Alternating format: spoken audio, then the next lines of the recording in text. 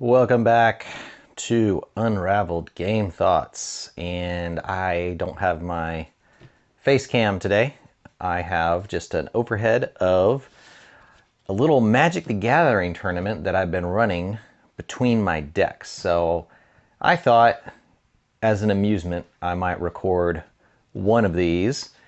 And basically what I'm trying to do is figure out which of my decks are which are best and which are not so good, and if I want to upgrade them or just take them apart and do something else. But I've got a friend that I'm sort of anticipating playing with, and he suggested getting my 8 best decks. There's some of these decks I've just played with proxies and stuff like that, so those I won't count a deck or include a deck that I have proxies in. But these are 2 decks that I have no proxies in, at least none that I'm aware of. And they are, I don't know, they're just fun decks to play. I thought I would shoot the video of doing it. And if you're not familiar with Magic, then maybe this will be a little bit of a tutorial, I guess. Not a good one, because these are going to have some complicated cards in them. And if you're familiar with Magic, then maybe this is entertaining. I don't know. I'm playing two-handed, so obviously there's some elements of making decisions that are a little harder to make, and I have to kind of think left brain, right brain, that sort of thing. And most of my decks I can kind of do that fairly well. Sometimes I struggle. But let's see, who won this last game? It was... It was this deck won. In this particular round, I believe, this deck has won the first game, and then this deck won the next 2. So if this one wins again, then we're going to call it for this round. So opening hands, and I am trying to do mulligans and stuff. If I have to mulligan, I go ahead and do it. We got a Woodland Cemetery, another Woodland Cemetery, an Unburial Rites, Acidic Slime, a Mulch, a Sun Petal Grove, and a Viridian Emissary. And I will let you kind of decide as you're watching this if, you can kind of determine what kind of deck you think I'm playing. I'm not going to go into an explanation of it, but I will say this: if you kind of figure out what I'm doing here and you have suggestions, you're like, have you thought of this card or that card? Post it in the comments. I'd be very curious to hear any suggestions. I will say this though, while most of the cards, any card in here you see that's like a high value card, I got it in a pack, or I got it at a tournament when I was doing a pre-release or something. I don't go out and pay $30 for a card. I might buy a bunch of like little commons or uncommons for a little bit, but I typically don't go hunting for large value cards. It's just not worth it to me. I'd rather invest in board games for the most part. So, but I do like Magic the Gathering. It's a lot of fun. I've kept these, I got out of the hobby for a while, and then I kind of built my set back up again a little bit. Anyway, let's see. So none of this is going to come into play untapped anyway. So let's play the Woodland Cemetery tapped, and that is all we're doing.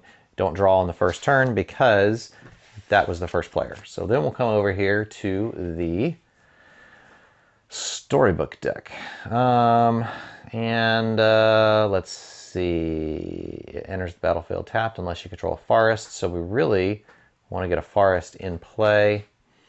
And, ooh, I got a Ginger Brute, Edgewall Innkeeper. Whenever I play a creature that has an adventure, I get to draw a card. I don't have any creatures with adventures right now, so he's not going to help me immediately. Let's go, but I did get the Edgewall Innkeeper and the Lucky Clover. Having those together is fantastic. So we're going to tap a green, and we're going to pop a Gingerbread out here. He has haste, so we'll attack with him right away, and this deck will take a damage. So we'll come over, and this is my turn tracker. So I keep track of just how many turns, like what turn the deck won in, and that sort of thing, for kicks and giggles. Okay, Mulch or Viridian Emissary? Well, I'd like to have something to block, or at least attack him back with. So let's go with the Plains and tap that, and we'll at least get something attacking, or if it dies, it'll give me land. Let's do that, because the Mulch is a sorcery. It would give me some land in my hand, but it wouldn't get it out onto the playing field. This gives me a blocker and or attacker and gets it out on the playing field. So going back over to Storybook deck. All right, what do we want to get in play? We could get another Ginger Brute. We could get the Lucky Clover. I like the idea of getting the Ginger Brute. I don't think there's anything I need, so I might as well go ahead and play that Evolving Wilds, and I will put another... Oh yeah, he's got his thing. I want to make it... Actually, I might change my mind on that. I think what I'll do is I'll play the Plains. I'll tap this to attack with him and make him unblockable, because you can pay 1 with the Ginger Brute and make him unblockable. And I'm going to go ahead and get this Ginger Brute in play, so I have another attacker, but I don't want to attack with him because I don't want left side here to just get that guy. I'd rather have my unblockable Ginger Brute than try to take out his 2/1. So I think I've got the edge for right now, so I'm going to tap those, and then we'll come back over here for turn 3. Boom. All right. Gristlebrand. That's a good one. We might need to get that into the graveyard or something. So, first thing I'm going to do before I even play a land is I'm going to attack with him. See what he does. Well, he doesn't want to block that guy and let him die. He'll just take 2. Oh, and I forgot that this one took 1 last turn. I have a Plains in play, so I'm going to play my Sunpetal Grove untapped. And that's not going to necessarily help me play anything. So we're gonna mulch. We'll tap those 2, and we're gonna cast Mulch, which we get to reveal the top 4 cards of our library and put all land cards revealed into our hand and the rest in our graveyard. And this is a fantastic card in this deck. So these lands are going to go to my hand, which is excellent. And I probably should have waited to play a land this round. And then these will go to the graveyard, which is actually great. I like these going to the graveyard. 1, this has flashback, so I can play it from the graveyard anyway. And this one, I can, you'll see me do some things where I pull stuff from my graveyard, but an 11/11 with Trample, pulled from the graveyard, is fantastic. It's a lot cheaper than the 9 mana it normally costs to play. So, that rounds out my turn. So we're going to pop those there, and it's going to be Fantasyland's turn here. All right. What do we want to do? Well, we control a forest, so we can play this land, Castle Garenbrig. The problem is, well, if I play that, then I can get the Lucky Clover and the Edgewall Innkeeper out at the same time, which is probably not bad. He attacked, so I'm going to be able to attack with these guys without making them unblockable. Hoping he doesn't have anything in his hand, which I know he doesn't, but I wouldn't know that if I was right brain over here. So we're going to go ahead and play that. Since I have a forest, it comes into play as normal. And then I'm going to play my Edgewall Innkeeper, and I'm going to play my Lucky Clover. So that will increase my ability to do things later in the game, hopefully, if I draw something. And then I will attack with both of these, and we will drop him to 16. All right, did I? Oh, no, I attacked with him for the first time last time. Okay, so we're coming back over here, get our land, go to turn 4, and draw a card. All right, drew a land. Not terribly helpful. Need to mitigate that a little bit, and let's play the Bloodstained Mire, and we're gonna pay a life, and that's gonna take us to 15, and we're gonna go look for a land that we can put into play. And I need a I need a mountain, but what I'm going to do is, because I can get any land, and I just put it into play. Sacrifice 1 life, sacrifice Bloodstained Mire, search your library for a swamp or mountain card, and put it into play. This is both a mountain and a forest, and then shuffle your library. So I just put it into play. So it comes into play, well, when it comes into play, I have to pay 2 life or it comes into play tapped. So I'm going to go ahead and put that into play, tapped, because I don't need it this round and I don't want to pay the extra life. But the Bloodstained Mire is fantastic for fishing out some, oh, whoops. Looks like I captured a card last time and didn't get it into the right deck, so we'll do that. All right.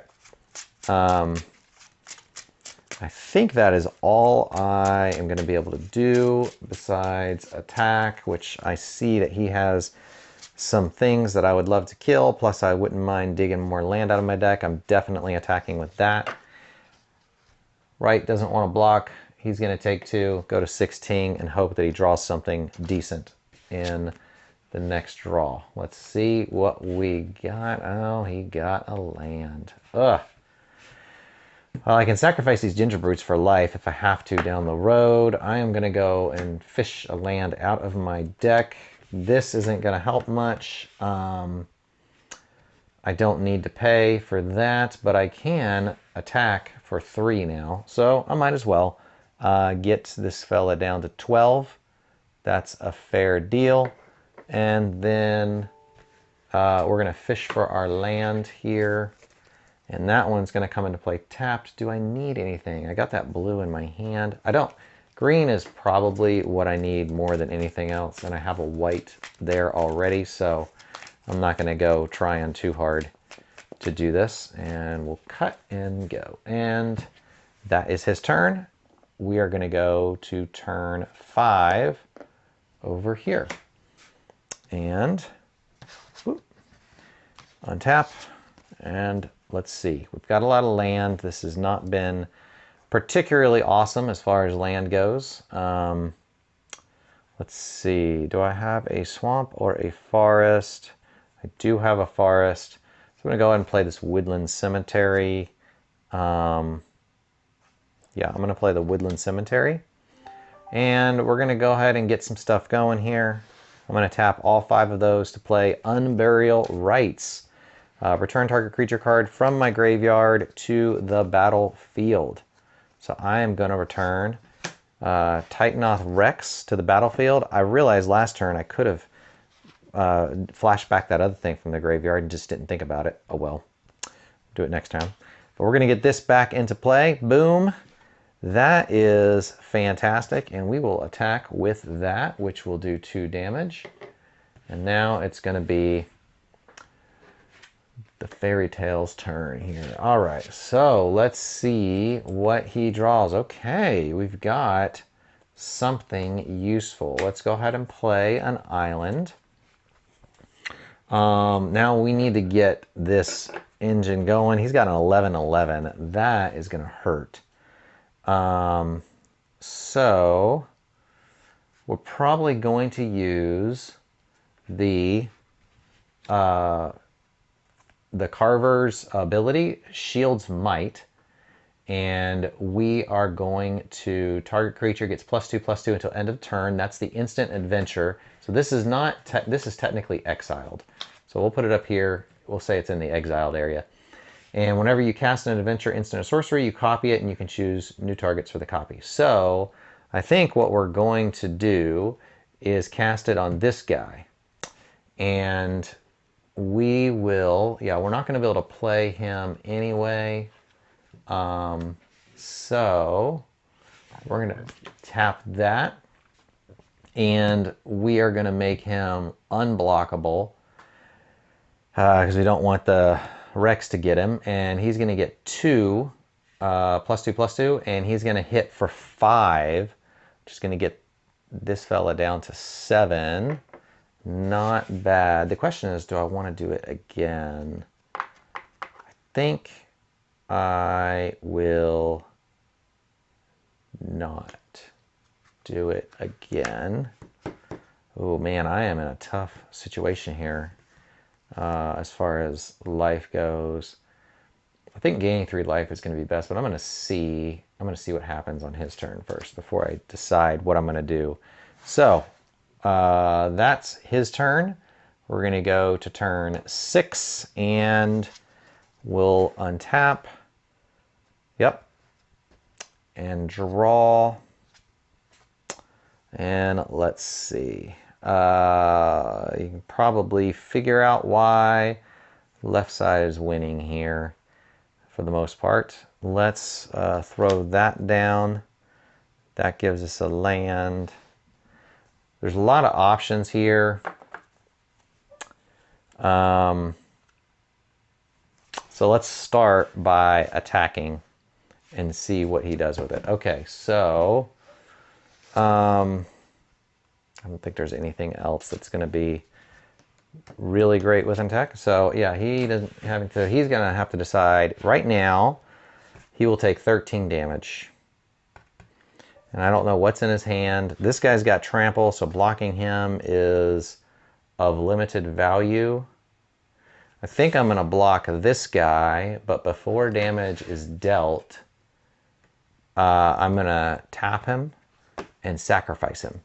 So I will actually gain 3 life without doing damage to him, but block him. That will put me at 17, and then I will take the 11, which will put me down at 6. So there we are, down to 6. And now, in second main phase here, what do we want to do? I think I like the idea of, I'm going to do this and this, and I'm going to flash back this guy, and that's going to give me 2 1/1 flying spirit tokens. So this is now exiled. Oh gosh, cannot get this off the table. Ugh. So that's exiled. All right, but that gave me 2 spirit tokens. Fantastic. And then I will also a green, a white, and anything else. We'll do that. And we'll put a centaur token in that gives me 10 life. And, or it doesn't give me 10 life, sorry, it gives me 3. So from 7 up to that.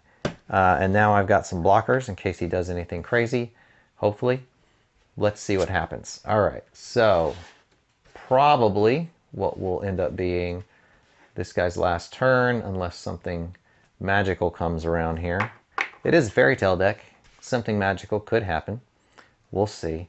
All right, we're going to have to play a land. Now, I might end up using this.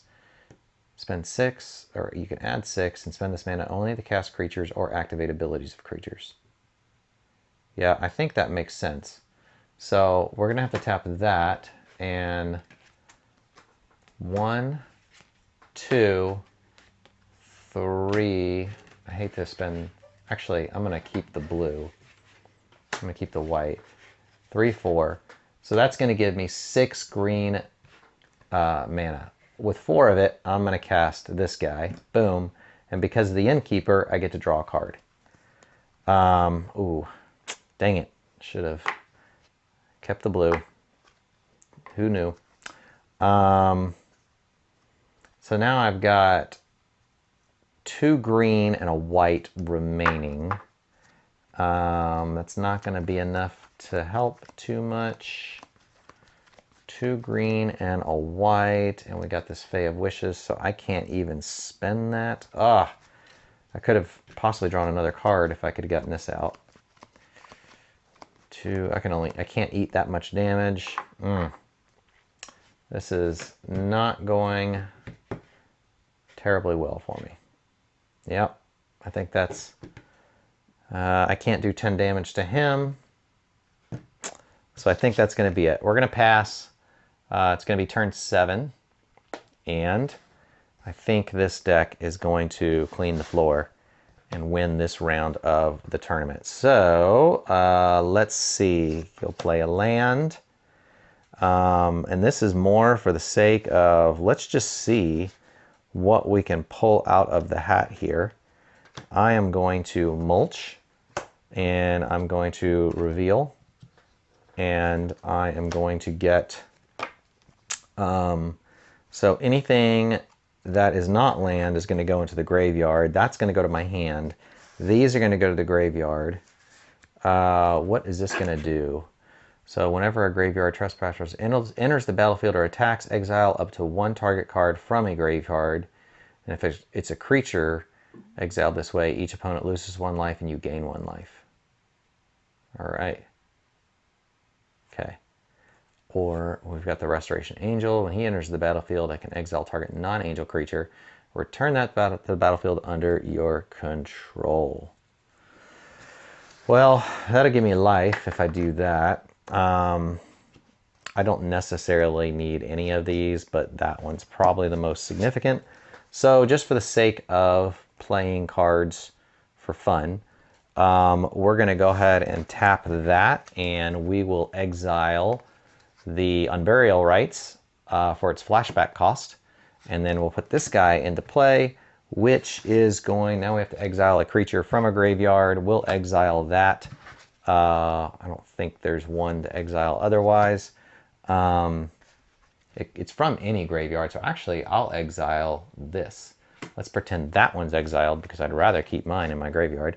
And then each opponent loses 1 life and I gain 1 life, so he'll go down to 5 and I will go to 11. And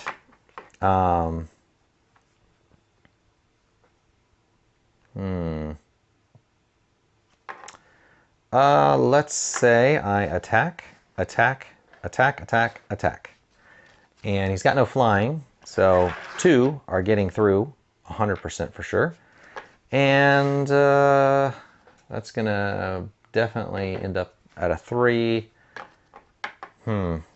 If he blocks Titanoth with everything, well, actually the only option is going to be able to block the Centaur and the Viridian Emissary, but would still take 11. Even if I ate 1, it's not going to help that much. So that is going to end the game for the right here. So there you go. That is a game of Magic the Gathering, one hand against the other. This is a great way I kind of decide what cards I like to switch out and put in. You might have been wondering what some of these other things were around here. So I've got my sideboards up here that are there. There's a sideboard for this deck, and sometimes what I'll do when I'm trying to figure out what I like in a sideboard is I will keep the sideboard there and I'll kind of spread it out because I have some idea of which sideboard cards I kind of think should be going in the deck. And I will place them, like let's say I drew cards and I'm like, you know what? And I won't get rid of land. I won't do this with land, but I might be like, well, this Realmcloak Giant, and this is usually by the 3rd or 4th game that I'm trying to do this. This guy, he never seems to help. But I see a sideboard card that in the last 3 games, it would have helped better than this Realmcloak Giant. So I'll switch him out and in mid-game and then play the card I just switched out. So obviously I couldn't do that in a tournament or against another player, but for the purposes of trying to figure out which cards in my sideboard should probably be in my main deck and which I want to leave in the sideboard, I think a good example is the Return to Nature. I ended up finding out, man, that is much more useful than these Crystalline Giants. Giants work well in this deck, but the Return to Nature is generally more helpful against a variety of decks, whereas the Crystalline Giant is a little bit better if I play against a deck, find out, oh, there's no artifacts or enchantments in that deck and nothing to really bother pulling from the graveyard, then, and I need a little bit more beef in the deck, I might play the Crystalline Giant for the Return to Natures. But it's got to be a deck that doesn't have those things in a way that I really want to Return to Nature to take care of something significant. And a lot of decks have an enchantment or something that's like, oh, got to get rid of that as soon as it hits the table. So there you go.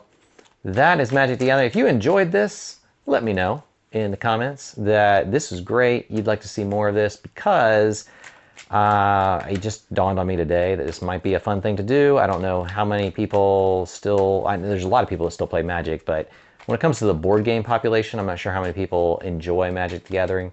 Living card game, so it's kind of hit or miss, I think, with folks that like them, folks that don't. It's definitely not an Arkham Horror. It's a little different venue. But if you would like to see a couple more of these with some of the other decks, I've got, that's my last one with this one until it plays another deck. But I have several, let's see, 1, 2, 3, 4, 5, I think 6, 7, 8, 9, 10, 11, 12, 13, 14, 15, 16, 17, 18, 19. I got like 20, 25, 21 decks that I'm playing against each other to try to figure out what I like and don't like about different ones and whether or not I want to improve them. So if you'd like to see a couple of more battles with some different decks, then let me know and I will try to do that. This is pretty easy to set up and play through, and I'm probably going to have these out for a bit until I get through this tournament. I've played, this is now round, let's see, bada bing, bada boom. That was round 15, and that was game 4. And that deck won, my rights deck, and it won on turn 7 with 11 life remaining.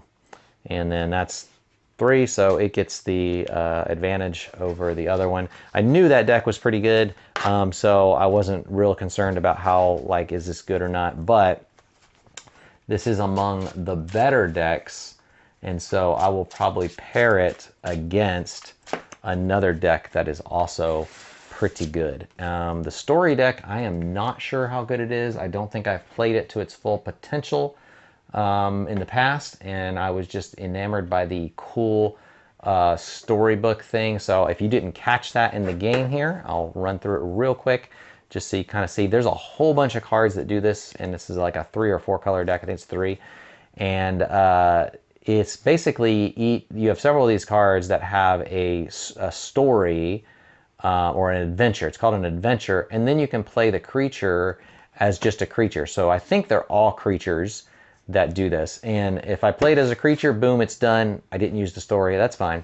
But I can, if I want, and what I try to do is use the story part, the adventure part first. So in this case, I pay a green mana. I can add 1 mana of any color to my mana pool, which, as you can imagine, in a 3-color deck, that's very helpful. And then it goes to exile.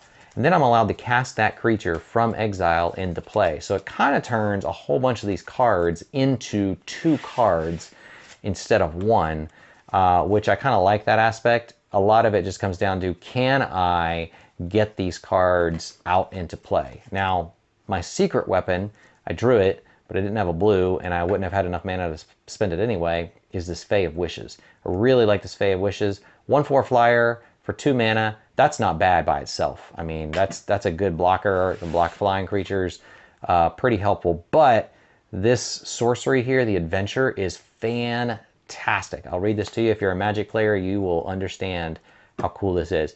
You may choose a non-creature card you own from outside the game, reveal it, and put it into your hand. That is just unbelievable. And so I have several things in this deck that can allow me to create mana of any color, including those Rose Acolytes.